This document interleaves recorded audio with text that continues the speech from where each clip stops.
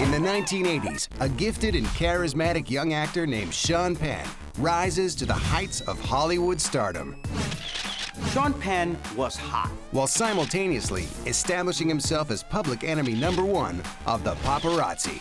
The paparazzi became a big thing in Hollywood in the 80s, and Sean Penn was having none of it. Famous for his talent and infamous for his temper, Penn embraces the role of the Tinsel Town rebel, both on-screen and off. This is a person who has no filter, no controls, and is in danger. But when his seething rage boils over one night, Penn's image as a talented actor takes a back seat to one as a lunatic. What happened in that Malibu mansion? That's disturbing. That's Weird, scary, creepy. Yuck. Sean Penn becomes a publicist's nightmare. There's sometimes where a stain is set and you just can't get it out. To a celebrity, image is everything. And when that image is destroyed, can it be rebuilt? You be the judge. Celebrity damage control.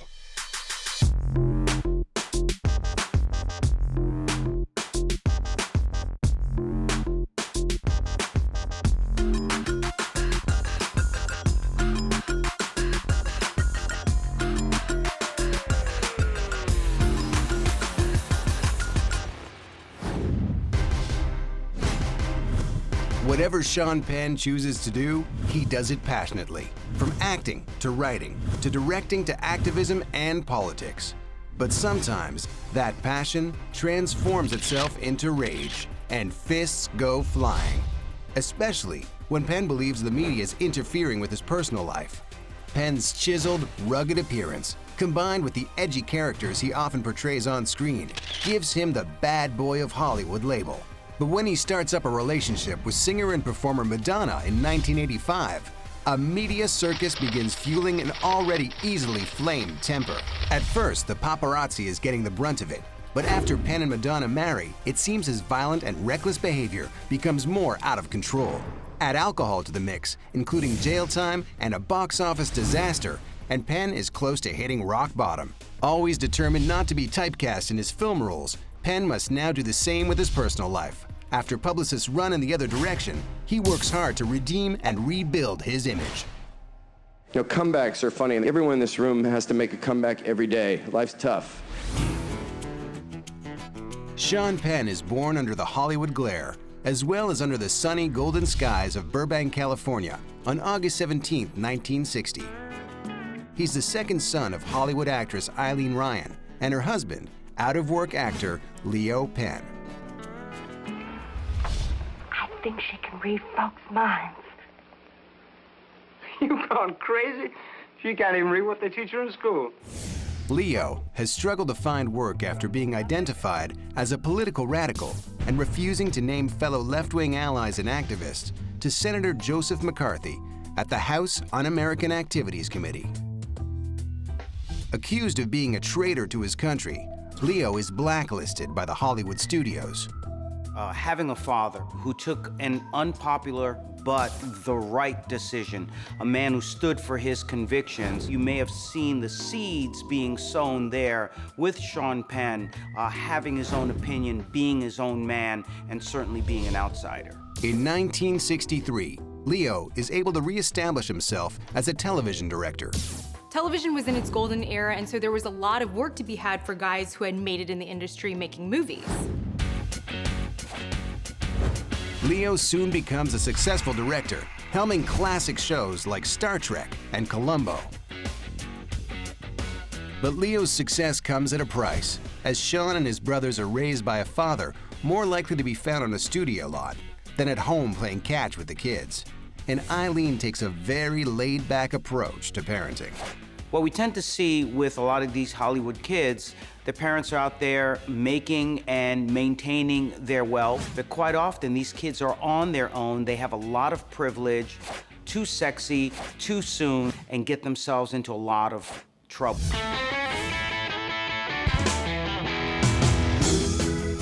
With no patience for school, Sean spends more time at the beach than in the classroom. By the time he's 13, Penn is drinking beer and catching waves. An avid surfer, the California kid spends more time working on his tan than his homework. With Sean Penn not having the proper supervision, I think that was the precursor as he gets older, getting more into the substance abuse, getting in trouble with the law, just living a very rogue lifestyle. If there's one thing Penn enjoys as much as cracking a cold one and hanging 10, it's being on stage. Somewhere along the way, Penn's picked up an interest in the family business. Acting was in his blood. His mother was an actor, his father had been an actor, so really the Penn family business was show business. In 1974, Penn makes his professional debut, guest starring alongside his mother on an episode of the hit television series Little House on the Prairie. During the shooting of his first and only episode, 14-year-old Penn willfully refuses to break for lunch, opting instead to stay in character on set.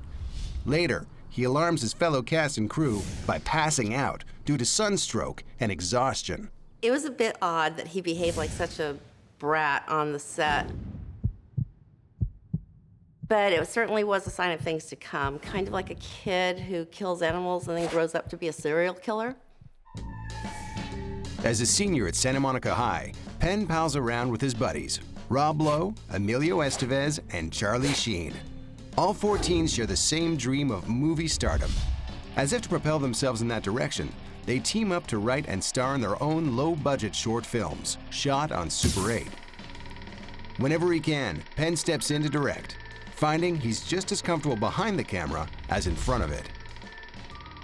After graduating high school, Penn makes the decision to forego college and instead apply to a Los Angeles repertory company. There, he spends the next 2 years working backstage, directing, and developing his own techniques as an actor, and studying the work of his heroes, Brando, De Niro, and Pacino. Skipping college was probably a good move for Sean Penn to further his acting career. His work ethic came out, and he became very, very comfortable with the business of acting and actors. In 1979, on the cusp of turning 20, Penn is ready for the next step of his career. Leo, who knows a thing or two about the cruelty of the industry, steps up and nabs his son a guest spot role on an episode of Barnaby Jones, a popular TV cop show that Penn Sr. has done some directing on. And though Sean takes the role, he finds the work unsatisfying and yearns for bigger challenges. Because he was handed that role, he didn't really earn it. And so he became really bored with it early, something that many other young actors would have yearned to have. For him, this was just part of his life. Determined to make his own name for himself and do work that matters to him, Sean Penn does as his father did 20 years earlier and sets his sights on the bright lights of Broadway. Arriving in New York City with only $800 in his bank account, Penn, as always, is determined to do things his way. Sean Penn was very ambitious, and going to New York to prove to himself as well as everyone else that he wasn't just riding his parents' coattails, that he really had the talent and he had what it took to make it, was probably the driving force behind that move. Soon after arriving in New York, Penn's talents land him work on The Great White Way. Cast in the Broadway production of the stage drama Heartland, Penn plays an emotional role as a teenager abused by a domineering father.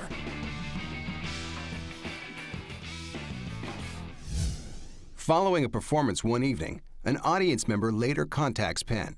She's a casting agent. She's working on a Hollywood film, and she wants Penn to audition for a major role. It's very rare, extremely rare for someone on the Broadway stage to be discovered. This guy not only reeked talent, but he had so much luck. That's just not something that happens in this business. Penn auditions and lands the part of Cadet Captain Alex Dwyer in the big screen military drama Taps. Joining him in the cast will be Timothy Hutton, Tom Cruise, and George C. Scott. Though Taps is his first role in a Hollywood feature, Penn refuses to hold back when he finds himself at odds with director Harold Becker. Look, it's a small role, but he's already clashing with the director of the film, something that you just don't do if you want to work in the film business. With Hollywood beckoning, Penn leaves New York behind and flies across the country, moving back to the City of Angels. The 1980s are on the horizon, And Sean Penn has big dreams, big ambition, and no idea at all how strange and volatile his life is about to become. Already exhibiting a temper when things aren't in his control, Sean Penn arrives back in Hollywood on the verge of movie stardom. He immediately signs a deal to be represented by the ultra-exclusive Creative Artists Agency, arguably the #1 agency in the world. You gotta love Sean Penn's luck. He decides to be an actor and like a year later gets signed to the biggest talent agency in the world. I mean, it shows that he's got some talent. Somebody saw something in him. Yeah. They were right. From the moment he's back in LA, it seems as though Penn has no trouble attracting offers for movie roles. It's not a matter of if he'll do another film, it's a matter of which movie he'll do next. That question is answered when director Amy Heckerling hires Penn to play a character that hits close to home for the future star. Spicoli! Spicoli! Spicoli! Based on a Rolling Stone article by Cameron Crowe, for which he'd gone undercover posing as a student at a California high school, Fast Times at Ridgemont High is a teen comedy with a heart, a soul, and a brain. Heckerling casts Penn as Jeff Spicoli, a weed-smoking, class-skipping surfer dude, not unlike Penn's former teenage self. This was typecasting at its best. Sean Penn, it wasn't much of a stretch for him because this is who he was, but he pulled off this comedic side that made Fast Times at Ridgemont High an all-time classic. Spicoli, in many ways, was the id of the average kid, the average American, you know, just acting out, and they didn't ever have to say sorry. On the Fast Times set, Penn once again shows his stubbornness. He refuses to break character, even when the cameras are off, going so far as to insist he only be addressed as Spicoli by the film's cast and crew. For everyone around him, I imagine it was super, super annoying. But for Sean Penn, it's just a preview of what he can do and his range and his commitment to his craft. But when studio executives watch the rushes coming in from the Fast Times set, they fall in love with Penn's performance. They're so impressed, they instruct Heckerling to add more scenes featuring Penn as Spicoli. Sean Penn is acting like a real schmuck. The worst thing that could have happened is the positive reward for that bad behavior. When Fast Times at Ridgemont High lands in theaters the following summer, audiences discover Jeff Spicoli, and Sean Penn becomes a genuine movie star. He gets critical acclaim for the role, and so now he's being reinforced for that kind of bad behavior, which sets the precedent for much of his adult life and getting away with it. Spicoli was an icon in the 80s. He became kind of a teenage hero and was also the template to characters like Beavis and Butthead, and it's also no wonder that Heckerling actually went on to direct movies like Clueless. But Penn himself isn't thrilled with Spicoli's spectacular success, however, as he worries about being typecast as a typical teenage stoner. Good actors that are typecast, it's kind of a slow death for them personally and professionally. Sean Penn really fought this. He didn't want to fall into that rut, and we're all better off for it. Despite, or perhaps because of his success, Penn worries about his reputation as an actor. To establish his credibility as an artist, Penn returns to New York to star in Slab Boys, an off-Broadway show far from the glare of the LA limelight. He didn't care about the fame. He wanted to be a great actor, which is very hard to imagine in this day and age when people will sell their souls to be famous. But if Penn hopes to be able to define his fame and convince the world he's not just another movie star, but a serious actor, it may just be too late for that. Posing on the cover of Rolling Stone magazine, Penn is labeled a Hollywood bad boy and pegged by the trend-setting magazine as the next James Dean. Within Hollywood, insiders speculate Penn could be the successor to Brando or De Niro, already comparing the young star to his idols. For his next project, Penn signs on to star in the romantic wartime drama Racing with the Moon, opposite the beautiful young actress Elizabeth McGovern. The two play a young couple, torn apart when Penn's character is sent off to war. Soon after shooting starts, it seems the on-screen romance has moved off-screen, and Penn begins a relationship with McGovern.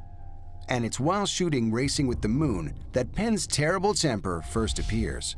Upon learning that McGovern is in her trailer, doing an interview with a reporter, Penn flies into a jealous rage. Incensed, he attacks the trailer, screaming threats while rocking it back and forth with his bare hands. He wanted all the attention.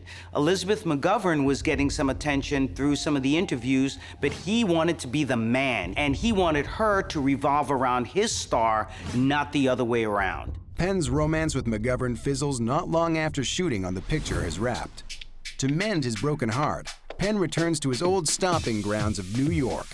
There, he makes tabloid headlines, drinking and partying with fellow Hollywood bad boy Mickey Rourke.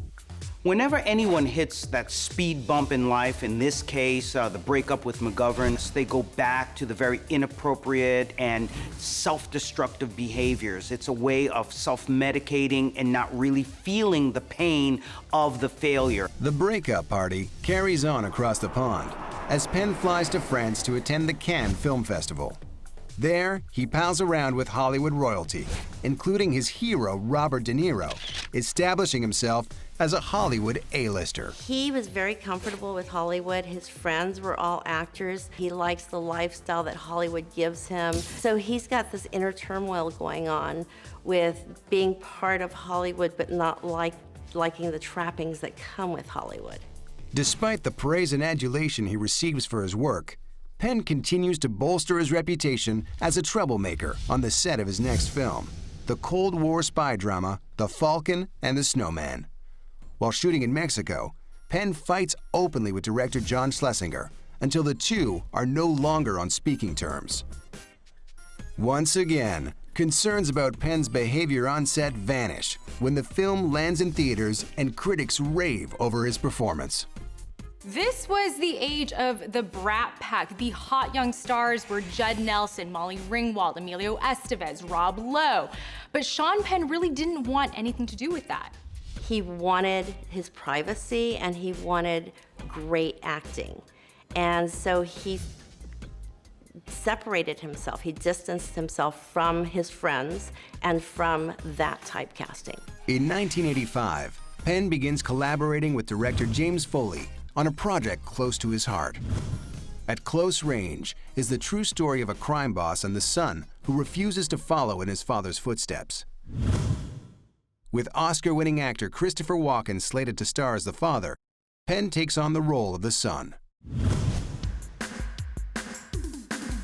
When shooting on the picture begins, Penn learns that pop music superstar Madonna happens to be shooting the video for her new single on the same Hollywood lot. Never one to shy away from the opportunity to introduce himself to a beautiful woman, Penn pays the material girl a visit on set, kick-starting one of the most buzzed-about love affairs of the 80s. The Sean Penn-Madonna relationship was a publicist's dream. This was something that in the old days, studios would have choreographed a relationship like this just to get the media attention. The problem was, she loved the spotlight, he loved his privacy. And from the very, very beginning, this was a problem in the relationship. Add to this the pressures of the couple's demanding careers. While Penn travels to Tennessee to continue shooting At Close Range, Madonna hits the road to tour her legendary album, Like a Virgin. When Madonna does try to visit Penn in Tennessee, the result is chaos at the Nashville airport. As a swarm of paparazzi surround the couple, Penn lashes out, swinging punches and throwing rocks at the photographers. Penn is arrested, booked, and charged with assault. I understand that celebrities need some privacy, but like really? He was dating the biggest American star. I know. What did he expect to happen? But they're like really annoying. Okay, and that's called get your attorney, get some security, but when they're file an like, order. no. You can't just punch people out. Already chafing under the glare of the celebrity spotlight, Penn has now fallen for one of the most famous and scandalous women on the planet. And her love is about to knock his world off balance. This was just the beginning. There were going to be a lot more casualties before it was all done. the romantic relationship between Sean Penn and Madonna is off to a rocky start, with Penn being arrested in Tennessee for assaulting the paparazzi. The paparazzi have fast become the scourge of Hollywood. A band of aggressive and pushy photographers who will stop at nothing to get the perfect shot. So this is like the first major incident of a celebrity attacking a paparazzo. Yeah. At this point, the paparazzi is really starting to flex its muscle and become known as like the harassers of celebrities. So this is like the crack heard around the world, I think. Yeah, I think so. For Sean Penn, the paparazzi represent a new level of intrusion into his private life. Sean Penn was hot. Hot as a media star, Hollywood star, but also known for his temper. And so I truly believe they also wanted to push his buttons because it made for great celebrity news. And guess what? Sean Penn, I truly believe, loved it and hated it at the same time. With his attack at the Tennessee airport, Penn has declared war on the paparazzi. Their response is swift. A $1 million civil suit is launched against the star, even though Penn is handed a small fine and a suspended sentence by the criminal courts. When there's a punch in the face, there's always the inevitable civil suit that follows. The photographers aren't stupid. Getting punched in the face by Sean Penn is like a major payday. Yeah, you have a better shot of making money that way than you do of getting a picture of Sean Penn and Madonna's selling it. baby. Right. And selling it. The paparazzi love Penn and Madonna. Rule-breaking megastars, they are hounded by photographers who can smell blood in the water. The couple are dubbed the Poison Pens by the tabloids, who pay the paparazzi to stalk their every move. Complicating matters is that while Penn can't stand the constant intrusion into their lives, his girlfriend is more than happy to embrace every opportunity to be the center of attention. When it comes to Hollywood couples, you couldn't get more polar opposites than Madonna and Sean Penn. She loved the spotlight, he detested it. Despite their differences, Penn is head over heels in love with the pop star. He proposes in April, and she says yes. The wedding between Sean Penn and Madonna Louise Ciccone is set for August 16, 1985. The location will be a $6.5 million mansion in Malibu, California, on a cliff overlooking the Pacific Ocean, the home of a producer friend of Penn's. And Penn doesn't want any media. Their wedding was our version of a royal wedding. It was the biggest thing out there, and the fact that they didn't want cameras around and they weren't selling the show made it even a bigger get. On the big day, security guards check every guest at the gate for ID.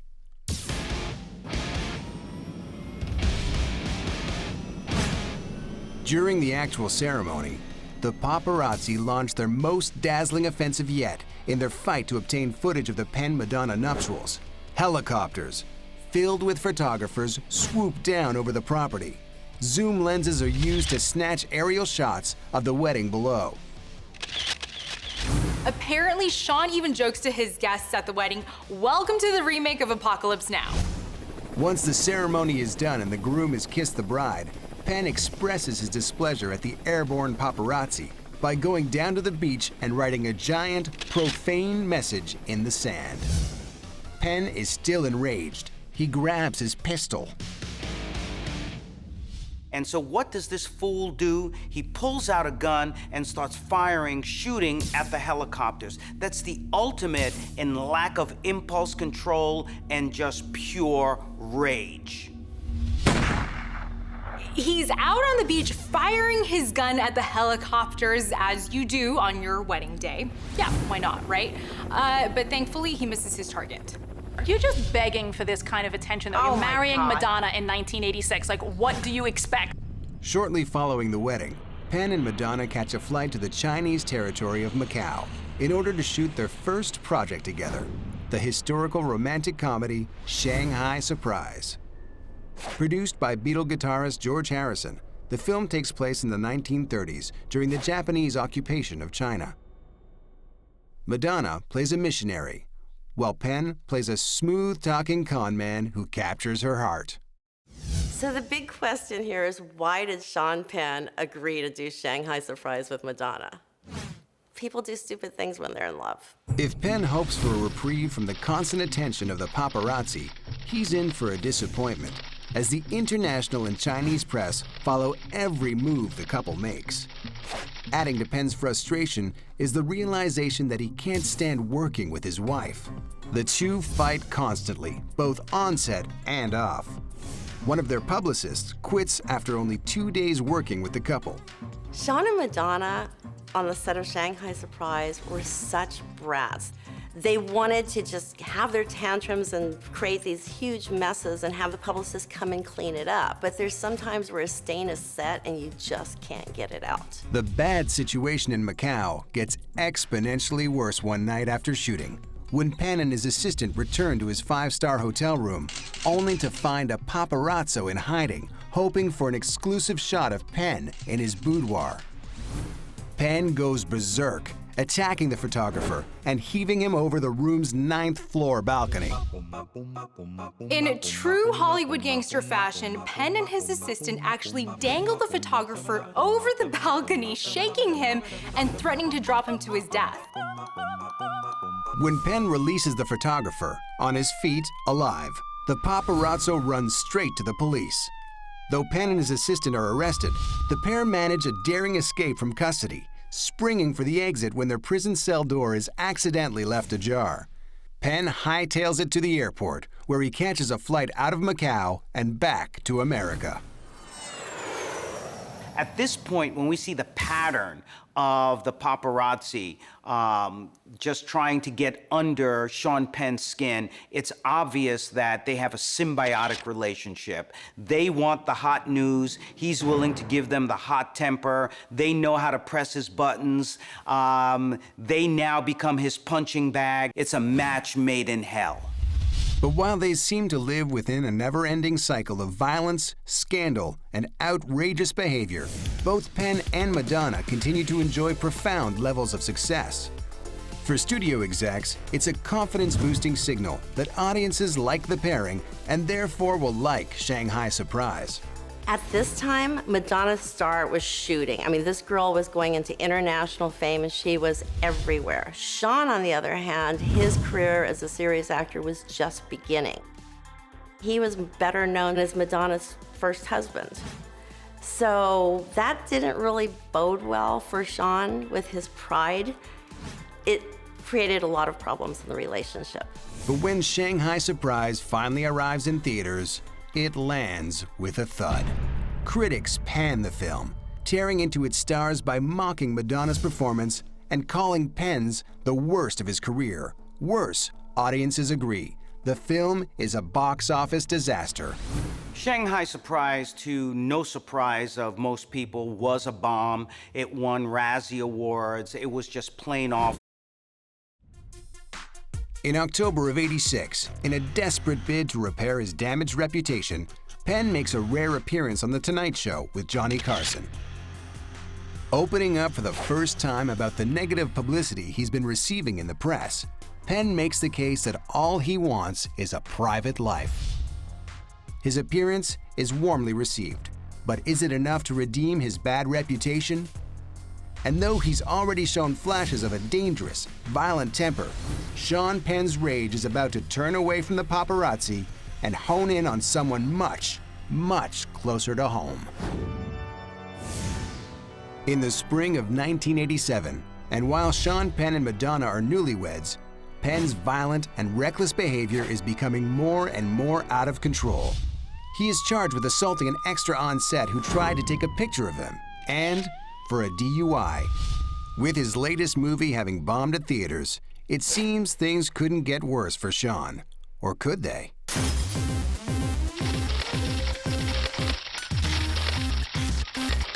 Though Penn's violent aggression towards the paparazzi is well known by the general public, less well known are rumors regarding his violent and threatening behavior at home. Though Penn's anger issues have existed for years, the couple's problems are made worse by Penn's near constant drinking. The alcohol lowers the impulse control, and therefore, if you have rage issues, then it just pushes that to the next level. This was an angry drunk. In June, the love affair between Penn and Madonna takes a twisted turn, as Madonna is taken to Cedars-Sinai Hospital for x-rays. According to reports, she was injured when Penn hit her in the head with a baseball bat. Returning home after her examination, Madonna refuses to file an official police complaint or press charges. For his assault on the movie extra, Penn is sentenced to 60 days in prison and ordered to undergo psychotherapy for his violent behavior. When it comes to actually serving the time, however, Penn's lawyers negotiate a sweet deal for the star. Penn serves only 32 days, and even those are broken up, allowing him to travel to Germany to shoot another film. This is where you see the real difference between celebrities and regular people. Because for a normal person to go to jail, even for a few days, would be a really big deal. For Sean Penn, it sounds like it was like a minor inconvenience, but he probably got some good rest and worked out and stuff. In November of '87, Madonna becomes infuriated with Penn after he disappears without notice for several days. When he returns, she has her lawyer draw up divorce papers. Though the papers are served on December 4th, Madonna withdraws them just 12 days later. Even though Madonna calls off the divorce, she and Penn remain apart. Him in their Malibu mansion and her in New York.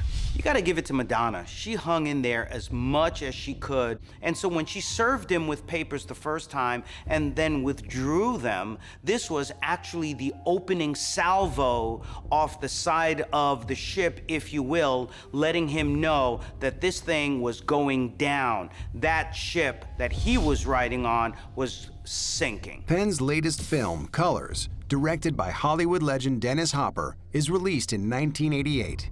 It's a hit and one of Penn's highest-grossing films. But when director Brian De Palma tries to cast Penn as the star of his upcoming Vietnam movie Casualties of War, Paramount hesitates to cough up the cash.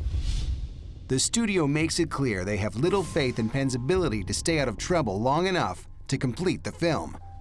Determined to keep Penn in the role, De Palma is forced to take his project to another studio. For Penn, this is a worst-case scenario. His private life is starting to affect his professional life, which is affecting his relationships with Hollywood studios. Penn and Madonna engage in endless screaming matches until they again separate, almost a year after their last separation. This time, it's Madonna who stays in Malibu, as Penn retreats to LA. But when word travels that Madonna has been taking secret meetings with legendary Lothario Warren Beatty, the news is enough to send Penn off the rails.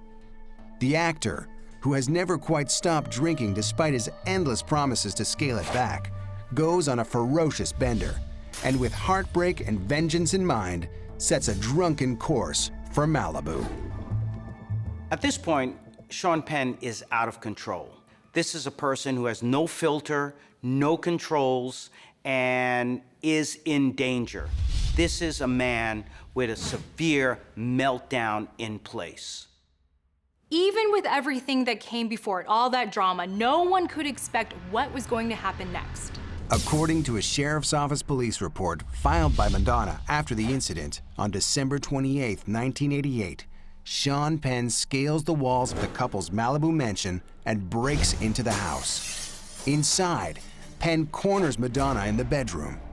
When she flees, Penn chases her into the living room, where he tackles her, binds her hands, and ties her to a chair. For the next 9 hours, Penn keeps Madonna tied to the chair as he hits and shakes her and threatens to cut off her hair. It's only when Madonna promises to perform a sexual act that he unties her. That's when she makes her escape. Set loose, Madonna runs for her car and locks herself inside. As she calls police, Penn slams the Thunderbird's windows with his fists. She finally peels out and flees the property. What happened in that Malibu mansion? That's disturbing. That's weird, scary, creepy, yuck. Police Lieutenant Bill McSweeney will later say that he hardly recognized the star when she entered the station, that she was weeping and bleeding. Penn is arrested back at the mansion and charged with inflicting corporal injury and traumatic conditions, as well as battery. In his own defense, Penn denies the version of events contained within the police report. Penn claims that after asking Madonna to move out, he threatened to cut her hair. Madonna, he says, took the threat seriously, called the police, and told them she was frightened. Madonna contacts Deputy District Attorney Lauren Weiss days later and drops all charges against her husband. The details of the assault are horrifying, but at the end of the day, it was her word against his. At the same time, however, Madonna moves out and stays with a friend, contacts her attorneys, and tells them she wants to file for divorce. May God bless and keep him, Madonna says, but far, far from me. This marriage is over. I'm not at all surprised that Madonna didn't press charges, but still went ahead with the divorce. Many women who are victims of violence just don't want to live or acknowledge the situation, that they won't press charges and hope it'll go away. But I think the bigger part of that is that she had an image to maintain, and to be seen as this battered, helpless victim was not positive for what she wanted to put out there for her fans and certainly for her family. So goodbye and good riddance. If she wants her audience to picture her tied up, it's going to be on her terms. Yep. By the following September, the most infamous union of the 80s is officially dissolved. Both parties leave the marriage with the assets they came in with, while their homes are split between them. Whether the horrific details Madonna gave about the night of December 28, 1988 are true or not, Sean Penn has a lot of damage control ahead of him.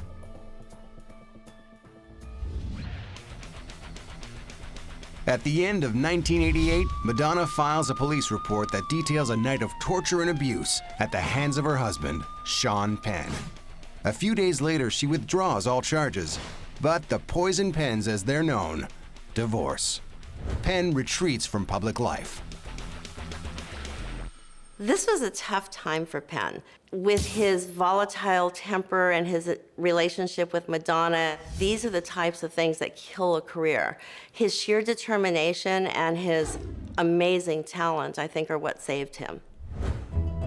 Penn decides to concentrate on making smaller films and go back to what started his career, his simple love of acting. In 1990, he signs on to star opposite Gary Oldman, Ed Harris, and Princess Bride star Robin Wright in the crime film State of Grace. By the time the film wraps production, Penn and Wright are officially an item. So coming into the 90s, Sean Penn is maturing. He met Robin Wright, who is the absolute opposite of Madonna. He's becoming more serious about his acting. He's choosing really good roles. His career is skyrocketing. He still hates the paparazzi, but it's not an issue anymore. Then later that same year, Penn makes another huge change. He announces his retirement from acting. He said he was taking time to direct and write his own independent films. While Penn is working on his directorial debut, the small-town crime drama The Indian Runner with Dennis Hopper, Wright gives birth to the couple's first child, a daughter named Dylan. Penn's retirement from the silver screen doesn't last long. Just over a year after declaring that he was done with acting, Penn takes on a starring role opposite Al Pacino in the gangster flick Carlito's Way. Penn explains that his change of heart is actually a strategic business decision. His plan is to pay for his small, personal, independent films with the hefty paydays he receives from Hollywood. Recommitted to the craft of acting, Penn rehabilitates his professional image by turning out some of the best work of his career. Nominated for Best Actor at the 1996 Oscars for Dead Man Walking, Penn reestablishes his credentials as a darling of the critics, bolstering his reputation as one of the greatest talents of his generation. Doing Dead Man Walking was pivotal for Sean because for maybe the first time, his talent was outshining his personal drama. In 1999, Penn demonstrates his versatility by playing a 1930s jazz guitarist in Woody Allen's Sweet and Low Down, and receives yet another Oscar nomination. After a third nomination for 2001's I Am Sam, it's Penn's performance in the 2003 crime drama Mystic River that nabs him his first Academy Award. The words passionate and commitment are words that your friends and everyone around you associates you with. Do you know where that came from? I can't accuse myself of having those qualities, though I appreciate when they're said about me, and I certainly strive for that. Everyone in this room has to make a comeback every day. Life's tough. With Penn's career going the way it is, the guy, it seems he can't lose at all. Things are going his way. People are forgetting about his violent past. Although there are those people that knew him that are still a little bit leery about working with him, lest he explode again. Following on the heels of his screen successes, Penn makes another move, improving his image even further. He emerges as a political activist and left-wing agitator who's not afraid to say exactly what's on his mind. Penn's travels and charitable work take him to Iran, New Orleans after Katrina, Venezuela, and Haiti.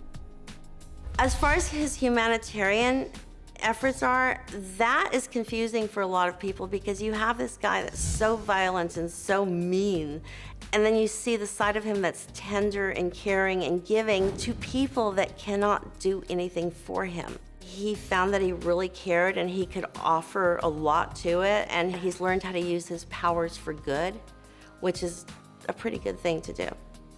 I don't think it's an issue of being a celebrity, and I think that one does have to get involved. I think that's true whether you have an elderly neighbor who needs their lawn cut, or you have a Haitian neighbor that's under rubble. We all find our place in this world, and we all have an obligation to it.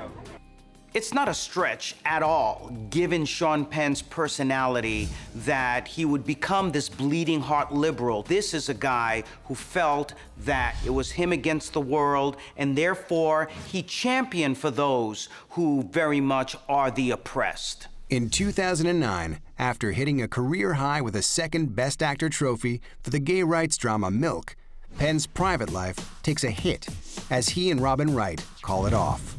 For just a moment, Penn seems to return to his old ways when he's arrested following a scuffle with, of course, a paparazzo. Because who else? It doesn't mean that this is a person who has abandoned this new life that he's taken on. It just simply speaks to the fact that it takes time to change, and that there are certain traits that no matter how much you try to perhaps grow from them, that they may still be there at the very foundation of your personality.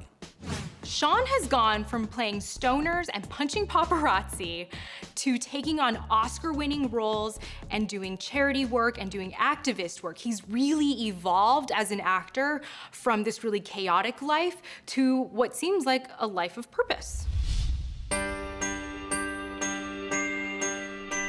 In a way, Penn has done his own damage control by showing that he can redirect his anger into far bigger and better battles. Penn remains devoted to raising money for Haiti and improving the quality of life for residents of the island nation. At the same time, he solidified his professional and artistic reputation with award-winning performances.